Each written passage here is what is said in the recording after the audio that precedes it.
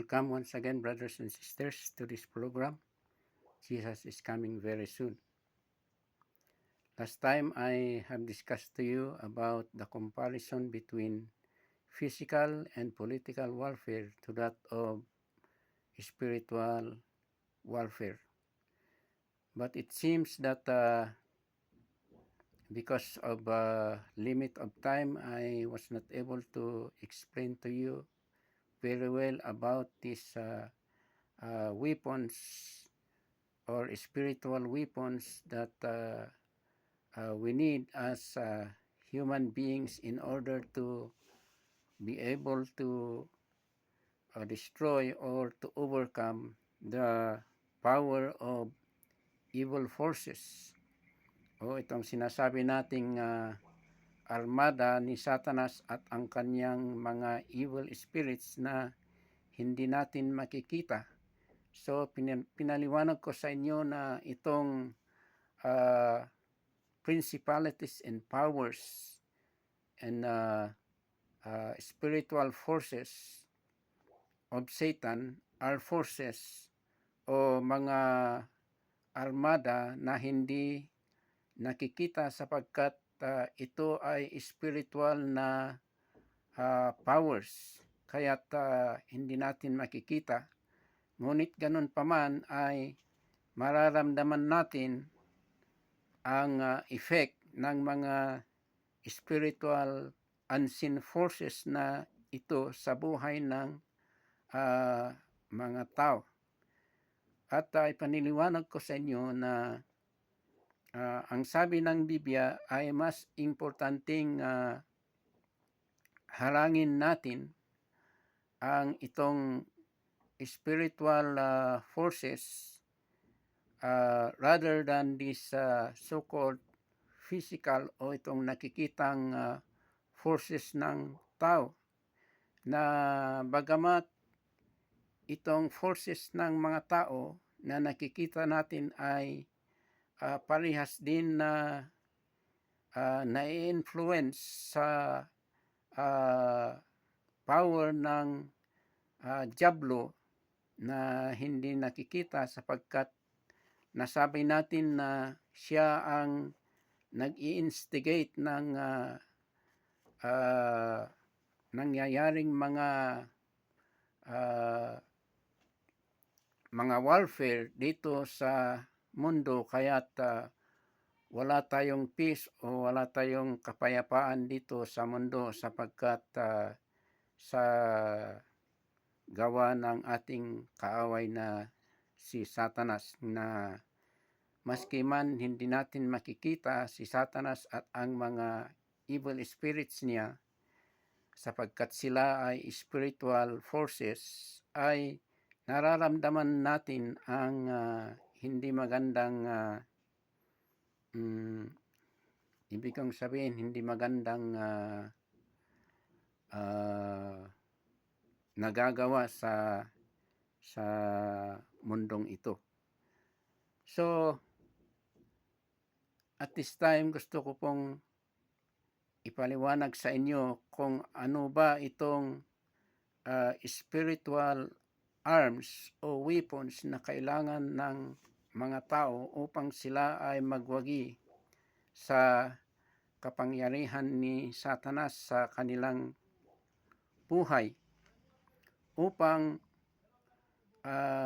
tayo ay hindi malinlang sapagkat sabi ng salita ng Diyos na kung hindi natin ma-overcome itong spiritual forces na ito, ay ito ang nagdadala sa atin sa ating mismong destruction, mas lalo na sa pagka-distract natin o pagkasira natin sa impyerno. Kaya't sinabi ko nga sa inyo yung verse na sabi ng ating Panginoong Jesus, "Do not be afraid of those who are able to kill the body but are not able to kill the soul, but be afraid of him who is able to destroy both body and soul in hell."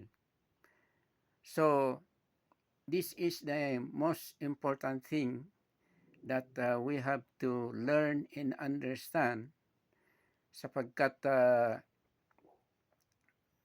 I have quoted to you nga yung verse na sabi ng ating Panginoong Jesus na mismo na what shall it profit a man if he gains the whole world but loses his own soul? Or what shall a man give in exchange for his soul? So, ang tinatopic natin dito ngayon ay ang mas kahalagahan ng kaluluwa ng tao kaysa itong physical body natin.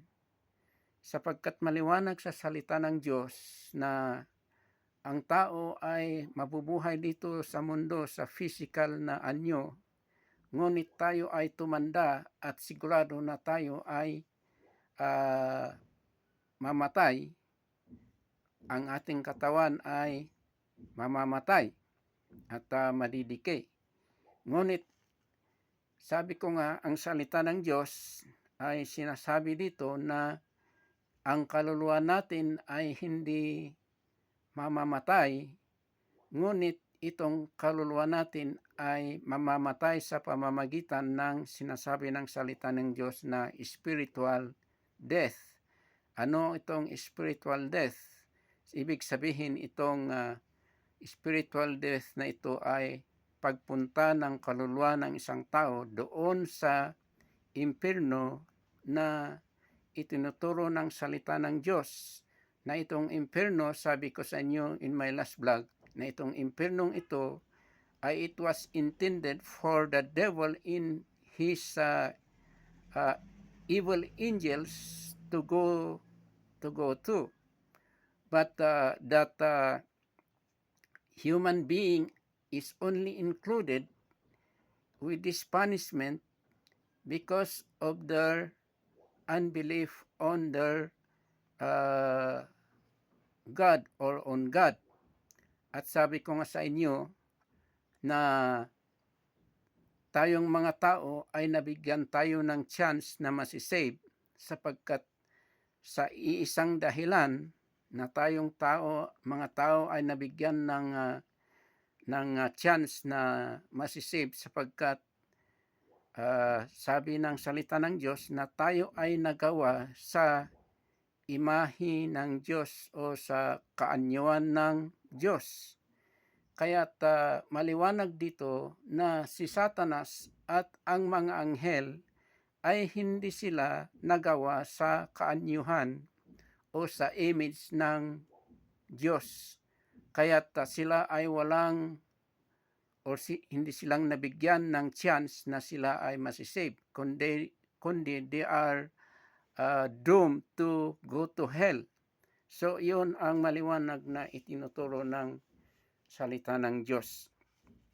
So, at this moment, mga kapatid, ay gusto kong ipaliwanag sa inyo itong mga spiritual arms or weapons na kailangan ng tao, mas lalo na sa mga Kristiyano, upang sila ay magtagumpay sa kapangyarihan ng diablo. At tinukoy ko nga itong mababasa sa Ephesians chapter 6 verse 12. At ano ang sabi doon? Sabi doon, we are not fighting against flesh and blood, but against principalities, against powers of the rulers of the darkness of this world, against unseen spiritual forces in the heavenly places. So itong verse nito ay tinutukoy itong kapangyarihan ng diablo na hindi nakikita. So ituloy natin na basahin dito kung ano ang kailangan gawin ng mga tao, mas lalo na sa mga Kristiyano, para sila ay magtagumpay sa kapangyarihan ng diablo na ito. So, gusto ko pong basahin ko ulit sa inyo ang mababasa dito. So, sabi dito, sa verse 14, o verse 13, basahin ko sa verse 13 to 14. So, sabi dito sa English na Bible, therefore, take up the whole armor of God, that you may be able to withstand in the evil day, and having done all, to stand.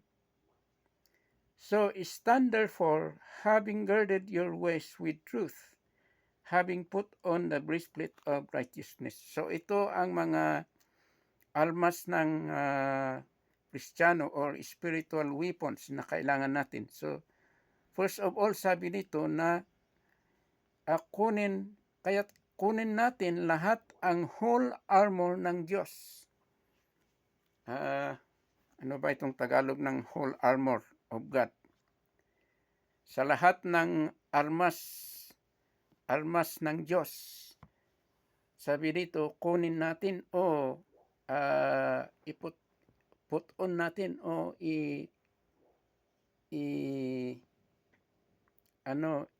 idamit natin o ilagay natin sa ating katawan para tayo ay mapagtagumpayan ang kapangyarihan ng evil forces. So, unang gusto kong ipaliwanag sa inyo ay itong sinasabi dito na kailangan that we need to put on in English terms ay itong sinasabi nitong the belt of truth. We must put on this isang armas o weapon ng mga Kristiyano ay itong sinasabi nating the belt of truth, itong barikis ng katotohanan. So, una, ano ba ang ibig sabihin nitong we must put on the wrist or the belt of truth? So, itong katotohanan ay importanteng ito ay mamayroon sa atin para alam natin ang katotohanan sapagkat maraming tao maski ngayon ay hindi nila alam ang buong katotohanan tungkol sa Diyos o tungkol sa kagustuhan ng Diyos. At ito ay isang delikadong bagay kung hindi natin alam ang tunay na katotohanan. Ano bang ibig sabihin nitong tunay na katotohanan? Ibig sabihin itong katotohanan na kagustuhan ng Diyos na gawin ng tao o itong katotohanan tungkol sa Diyos. So, alam natin na mas lalo na sa mga relisyon ngayon na maraming relisyon na hindi nila itinuturo ang katotohanan tungkol sa Diyos o hindi nila itinuturo ang katotohanan tungkol sa sinasabi ng salita ng Diyos. Instead, they are twisting the word of God. Instead, they are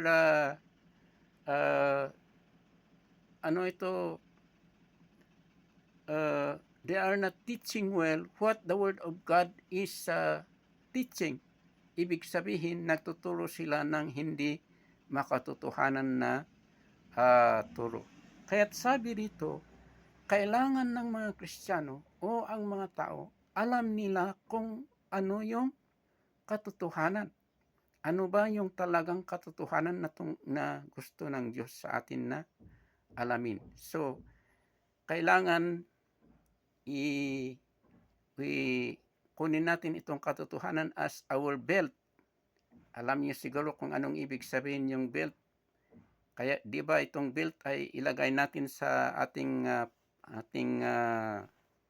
pantalon upang ang ating pantalon ay hindi mahuhulog. So, this belt of truth ay importante sa atin upang tayo ay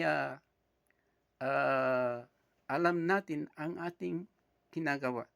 Sapagkat kung hindi natin maalam ang katotohanan, tayo ay talagang malilito o maliligaw sa hindi magandang bagay. Kaya nga sabi ng ating Panginoong Jesus ay sabi niya na, and you shall know the truth, and the truth shall set you free. So, ibig sabihin ng Panginoong Jesus, ang nagtuturo kung bakit sinabi ng Panginoong Jesus yung bagay na yon, you shall know the truth, and the truth shall set you free. Sapagkat tinuturo niya na kung ang Holy Spirit ng Diyos ay pumunta sa atin at i-allow natin ang Holy Spirit na magtuturo sa atin, ang Holy Spirit ay ituturo sa atin yung katotohanan. So, yun ang ibig sabihin ng Panginoong Jesus. Kaya't kailangan alam natin ang katotohanan, mga kapatid. So, ikalawa dito na almas o weapon ng Kristiyano o maniniwala sa Diyos o ang isang tao na gusto niyang maligtas ay kailangan i-put on niya itong sinasabi nitong breastplate of righteousness. Itong ano ba yung Tagalog ng breastplate of righteousness? Itong breastplate kasi ay noong panahon ng mga Romans noon, mayroon yung linalagay dito sa chest nila na protection, at ito ang ibig sabihin nitong salitang breastplate. Kung sa panahon natin ay ibig sabihin yung bulletproof, kailangan ilagay natin itong bulletproof sa ating breast, at itong bulletproof na ito ay itong righteousness. So, bakit dito ilagay natin dito ang ating righteousness? Sapagkat ang puso ay dito, o ibig kong sabihin, dito nakatira o matatagpuan ang ating puso dito sa ating breast. So, ang puso ay ito ang nagdedetermine sa atin kung ang isang tao ay mayroon siyang righteous heart. So, ang salita ng Diyos ay tinuturo sa atin na we must have to have a righteous heart. Ang puso natin ay malinis. Ang puso natin ay matuwid at hindi yung wicked na puso. So, ibig sabihin ng salita ng Diyos, kailangan ang tuwid na klase ng buhay o righteous kind of life ay mailagay sa ating puso. So, we must have to live a righteous life in the sight of God. And in deeper word, it means holiness. Yung holiness ng Diyos ay kailangan nandito sa ating puso. At kung tayo ay nabubuhay ng right, we live with a right kind of life in our hearts toward God, then it means we are approvable in the sight of God. Tayo ay magiging ang buhay natin ay magiging kaayo-ayo sa paningin ng Diyos. Iyon ang ibig sabihin. So, importanteng tayong mga Kristiyano o tayong mga tao ay mabubuhay tayo ng matuwid uh, in the sight of God, sa paningin ng Diyos. So we must have to live a righteous life in the sight of the Lord. So ito ang ibig sabihin nitong armas o spiritual armas ng Kristiyano. So ikatlo dito, sabi dito yung shoes of peace. Itong sandal o sapatos ng itong peace, kapayapaan. So, kailangan tayo ay iput on natin itong peace sa ating buhay. At ibig sabihin nito, kailangan tayo ay mabuhay na peaceful sa lahat ng mga tao. So, sabi nga ng Bible, you are the peacemakers of the world. Sabi ng Panginoong Jesus na tinuturo nung siya ay nagtuturo dito sa mundo, ay sabi niya, ano ang sabi doon? Blessed, sabi niya, blessed are the peacemaker, for they shall be called the children of God. So, kailangan tayong mga tao o mga Kristiyano ay tayo ay mga peacemaker. Tayo ay nagsisimulan ng peace, ng kapayapaan. Hindi tayo ang nagsisimulan ng gulo. So, ang mga Kristiyano ngayon sa mundo ay sila ang peacemaker sa mundong ito. Kaya kung halimbawa sa mga nag-aaway na bansa, yung mga Kristiyano sa mga bansa na yun ay sila ang magiging source of peace sa magulo nilang bansa.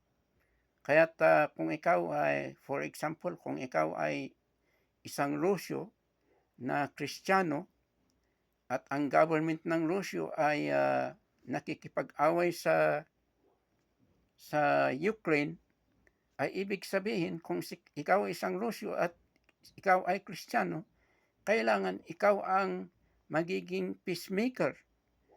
So ibig sabihin,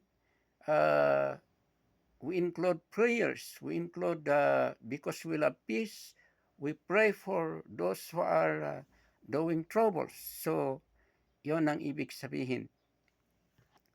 At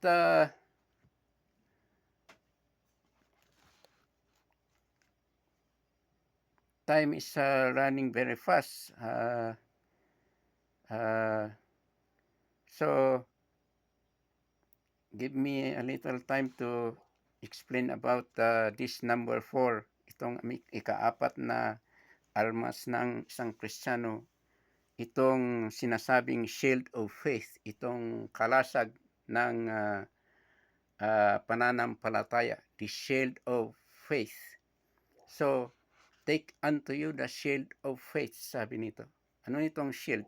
Alam niyo siguro yung shield, yung ginagawa nung kagaya nga ng mga ancient people, mayroon yung sinasabi nilang shield of faith, na yun ang shield ay upang maharang yung mga pana o mga armas na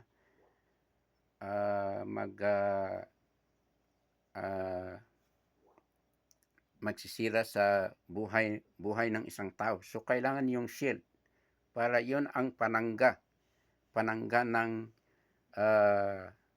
darts ng kaaway, itong pana ng kaaway, sabi nito. So, alam natin na ang diablo ay ginagawa ang lahat para tayo ay magiging doubtful sa lahat. Bakit sabi nitong shield of faith? Itong pananampalataya, tunay na pananampalataya. Sapagkat ang diablo ay gusto niyang ilagay sa atin ang mga pagdududa o doubts. Kaya para tayo ay magduda sa Diyos. Tayo ay magduda sa salvation ng Panginoon. Tayo ay magduda sa kindness and mercy ng Panginoon para pagdudahan natin ang kagandahan ng Diyos sa ating buhay. Kaya't kailangan natin itong shield of faith para mayroon tayong faith, mayroon tayong tunay na pananampalataya sa ating puso na tayo ay nagre-rely sa kabutihan ng Diyos. So ito ang ibig sabihin nitong shield of faith. At lastly, itong sinasabi nitong the helmet of salvation and the sword of the Spirit. At no, itong helmet of salvation and the sword of the Spirit. Itong helmet of salvation and the sword of the Spirit ay sabi dito, the word of God. Itong salita ng Diyos, ito ang helmet natin ng salvation at ito rin ang sword of the Spirit. Kaya sa mga tao, mas lalo na sa mga Kristiyano, kailangan itong salita ng Diyos ay ito ang pinaka-importanting food natin sa araw-araw. Kung ang katawan natin na physical ay kailangan ang food para itong physical body ay ma-maintain, ganon din sa spiritual life, ganon din sa pananampalataya sa Diyos, na kailangan itong salita ng Diyos ay ito ang our spiritual food para tayo ay mabuhay araw-araw. At sabi rito, helmet of salvation. Kaya't kung bakit helmet of salvation, ibig sabihin, ang helmet ay nandito sa ulo, ibig sabihin, we have understanding, we have perfect knowledge about God, about God's will, about God's purpose, sapagkat ang salita nandito sa salita ng Diyos na tinuturo ng salita ng Diyos kung sino tayo, kung ano tayo sa paningin ng Diyos.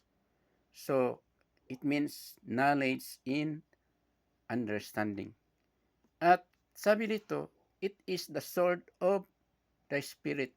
The Word of God is the sword of the Spirit. So, itong salita ng Diyos ay ito ang ginagamit ng Espiritu ng Diyos upang makiusap sa ating buhay.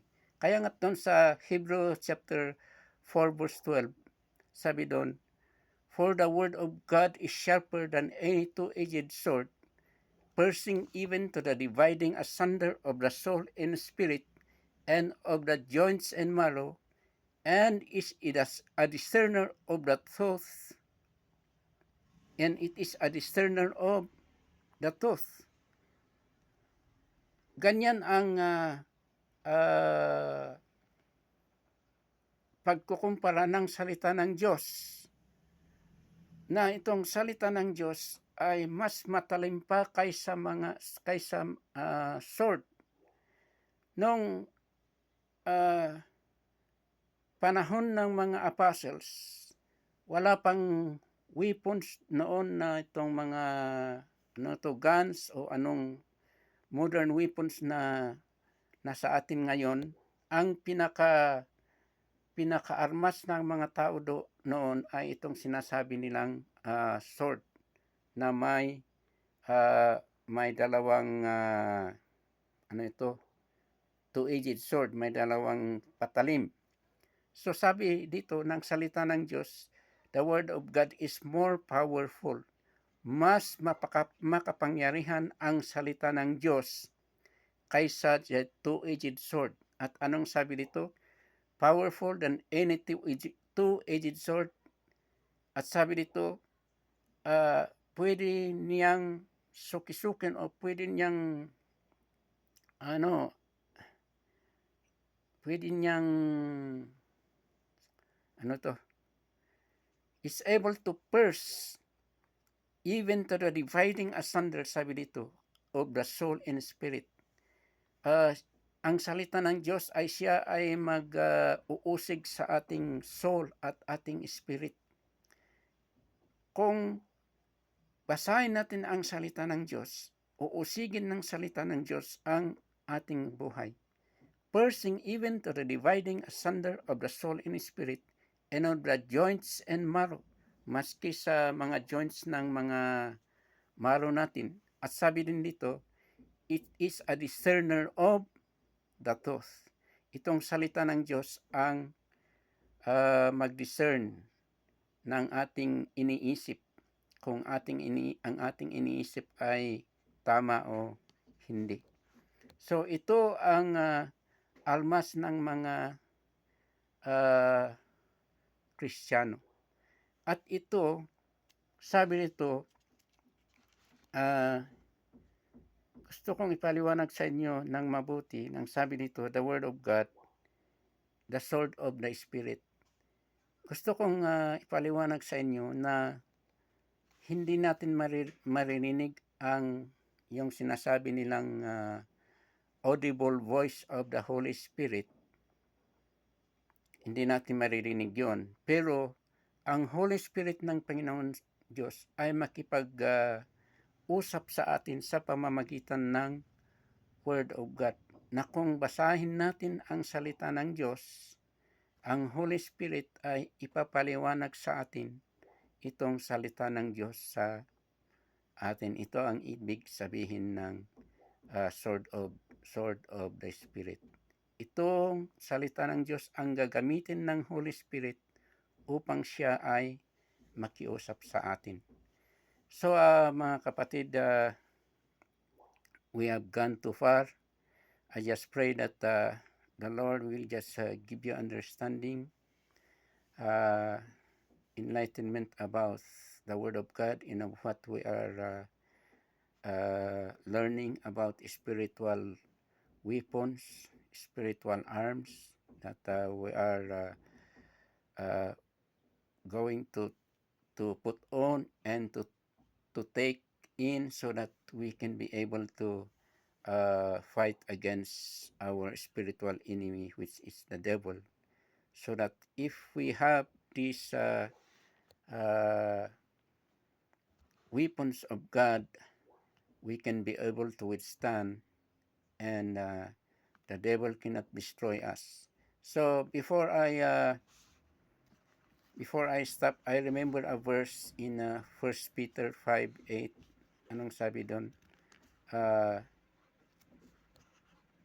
Be sober, be vigilant, because your adversary, the devil, roams around like a roaring lion, seeking whom he may devour. So, stand therefore, resist the devil, sabi doon, resist the devil, and he will flee from you. This verse is very important in the life of the Christian people. So, yon ang ibig sabihin ng we are not fighting against flesh and blood, but we are fighting against the forces of evil spirits, because Satan wants to destroy us and to bring us to hell. So that is the work of the devil, to destroy us. So we cannot be able to know the will of God in our lives. So this verse says, resist the devil and he will flee from you. So ibig sabihin, we receive all the deceivings, the fleshly deceivings of the devil, yung mga unrighteous acts. Gusto ng ni Satanas nga gawin natin yung mga unrighteous acts, itong mga works of the flesh na sinasabi ng salita ng Diyos. Na itong works of the flesh, itong mga unrighteous acts of the flesh, ay kung gagawin natin mga ito, ay tayo ay hindi matuwid sa paningin ng Diyos. Tayo ay makasalanan sa Diyos. Kaya't kailangan, we have to put out these works of the flesh, itong mga gusto ng ating katawan na ginagawa para tayo ay magiging matuwid sa paningin ng Diyos. So maraming salamat po mga kapatid. I'm just praying that the Lord will just give understanding to each one of us. Bagamat we have spent so much time in discussing these things. I know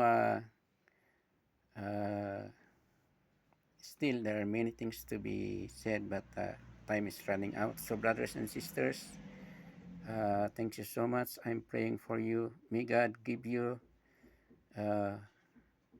understanding and enlightenment, and may God touch you by the power of His Holy Spirit, so that you who don't know the Lord will be able to be touched and give your life to our Lord Jesus Christ. Thank you so much. God bless you. And bye-bye.